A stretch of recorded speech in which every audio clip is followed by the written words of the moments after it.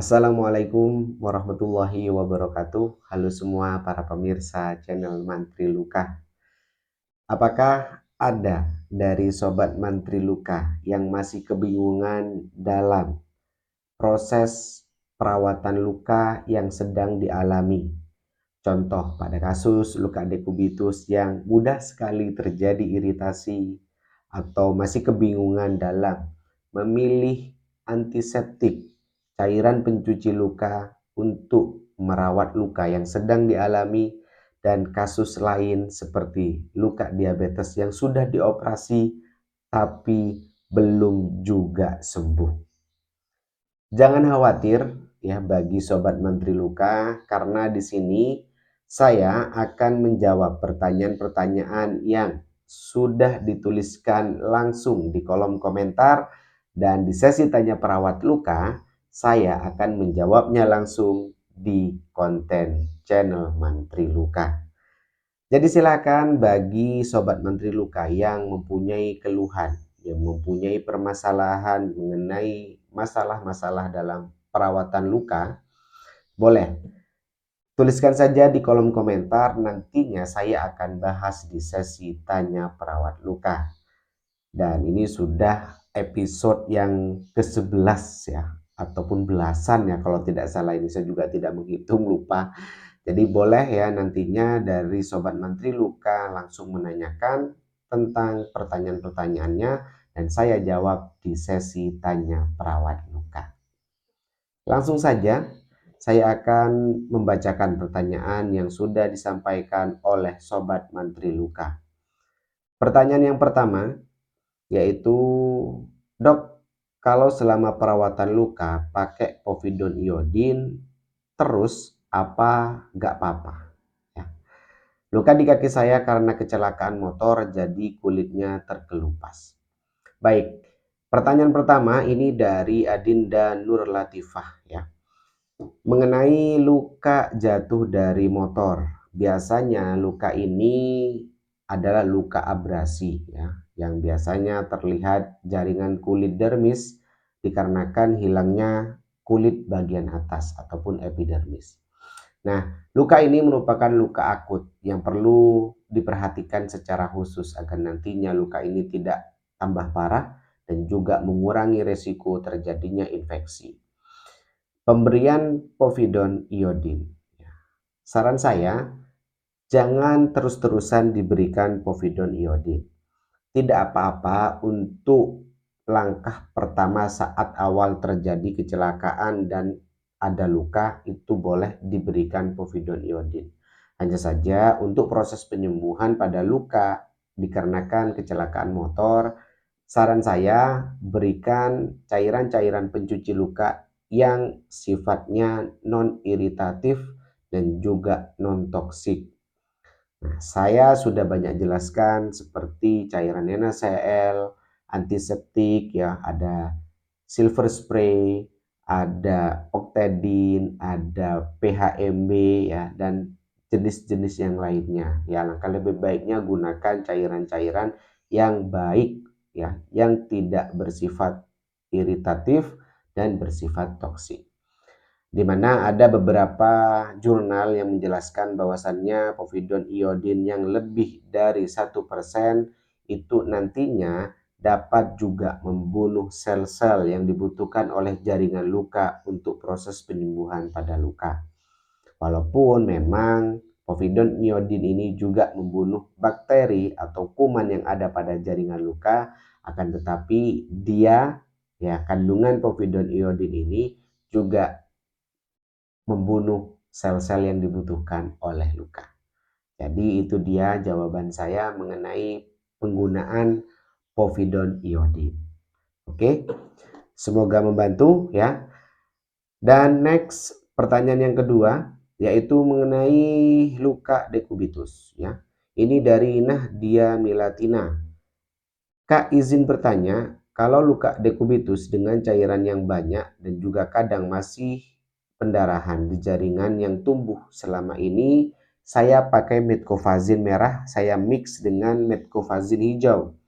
Karena lukanya sebagian sudah merah dan sebagian masih ada yang kuning. Apakah sudah tepat? Oke. Dan dressing yang saya pakai adalah kalsium alginat sama foam. Apakah sudah tepat juga? Oke, sebenarnya untuk permasalahan luka dekubitus itu memang cenderung sekali banyak cairan ya, dikarenakan cairan yang berasal dari lukanya dan juga biasanya risiko tinggi juga basah dikarenakan BAB-nya atau BAK-nya. Nah, hal ini perlu diwaspadai nantinya dalam pemilihan salep.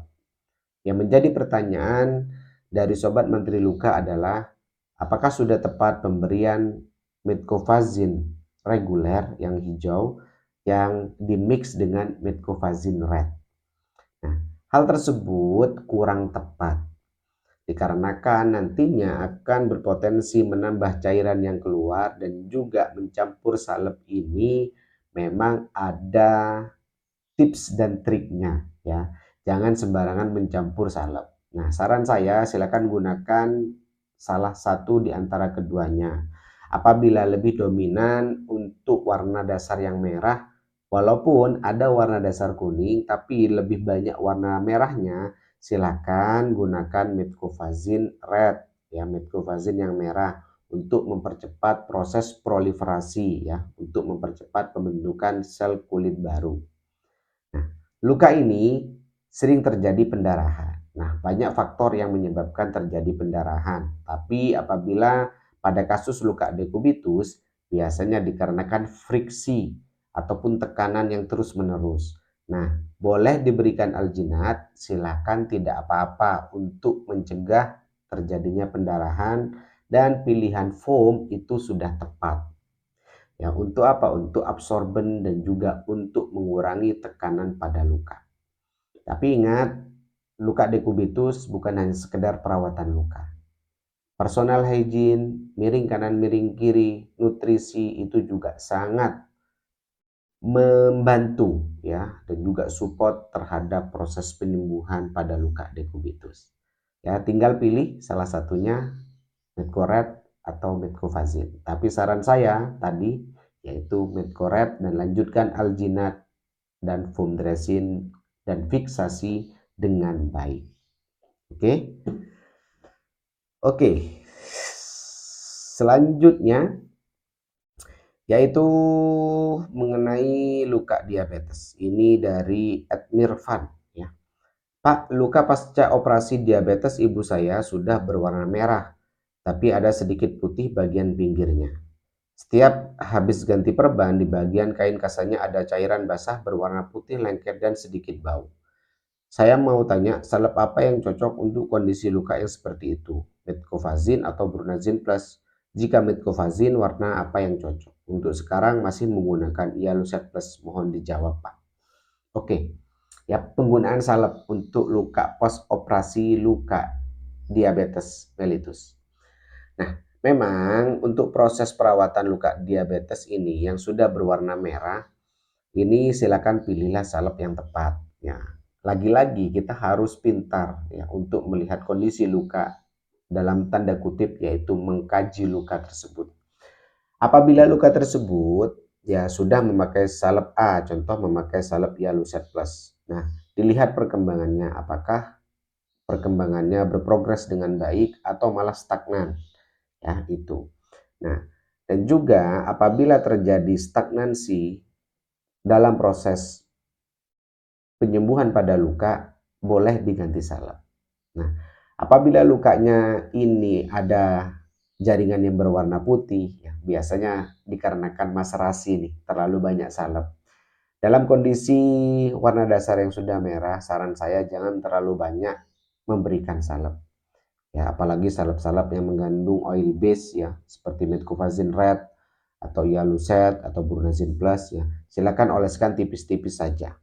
Nah, saran saya memang apabila luka tersebut masih berbau ya, mengeluarkan bau, silakan pakai Brunazin Plus saja. Ya, karena kandungannya hyaluronic acid sangat baik sekali untuk mempercepat proses epitelisasi dan juga ada antimikroba yaitu silver sulfadiazin untuk mengurangi bau pada luka. Untuk tepi-tepi luka yang putih biasanya dikarenakan salep yang terlalu banyak dan juga perban yang diberikan tidak dapat menyerap cairan dengan baik. Gunakan foam ya untuk menyerap cairan ataupun gunakan padding ya, ada Melolin ataupun Dermafic pad. Silahkan dicoba mana yang baik, hanya saja nantinya sambil dievaluasi apakah dengan pemberian salep tadi perkembangannya lebih baik atau tidak. Ya, seperti itu. Itu dia jawaban-jawaban saya mengenai pertanyaan-pertanyaan yang sudah disampaikan oleh Sobat Mantri Luka dan sudah saya jawab di sesi tanya perawat luka. Jangan ragu, jangan malu, ya silakan tuliskan saja permasalahan-permasalahan yang sedang dihadapi oleh Sobat Mantri Luka mengenai luka yang sedang dialami. Nantinya saya akan bahas di sesi tanya perawat luka. Demikian, terima kasih sudah menonton video ini. Sampai jumpa di konten Mantri Luka selanjutnya. Saya Muhammad Sibromulis pamit undur diri. Tetap support channel Mantri Luka. Oke? Saya akhiri. Wassalamualaikum warahmatullahi wabarakatuh. Ada luka, ingat Mantri Luka.